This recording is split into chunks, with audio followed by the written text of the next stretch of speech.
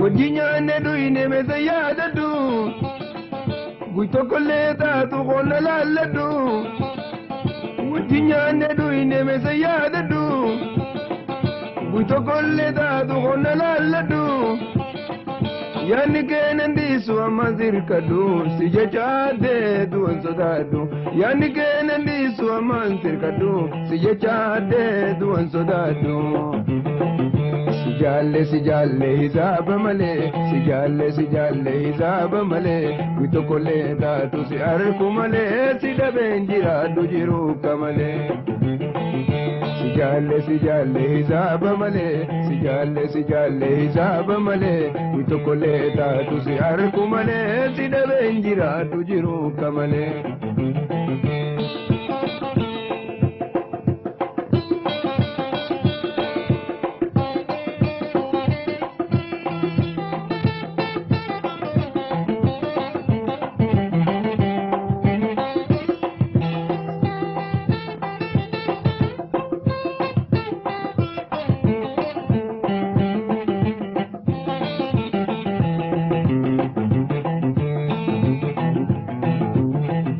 Mewayin sidamana yaadadhu mewayin sidamana dhaggeeffadhu guyyaa tokkollee taatu qonna laalladhu.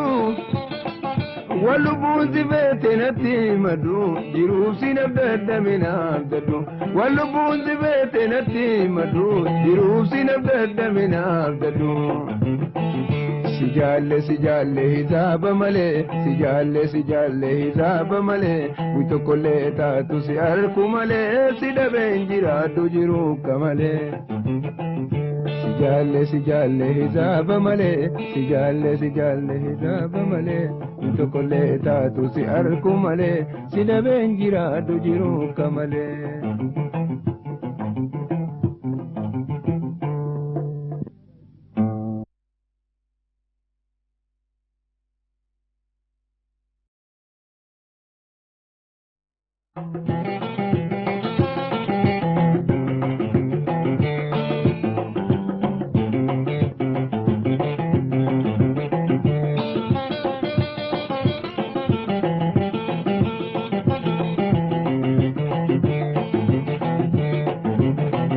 Wajjinyaan du'ine meesa yaadadhu guyyaa tokkollee taatu qonna laalladhu.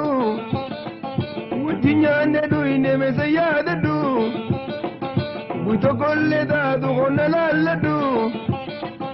Yaanni keenan dhiisu amma sirkadhu si jechaadhee du'an sodaadhu. Yaanni keenan dhiisu amma sirkadhu si jechaadhee du'an sodaadhu.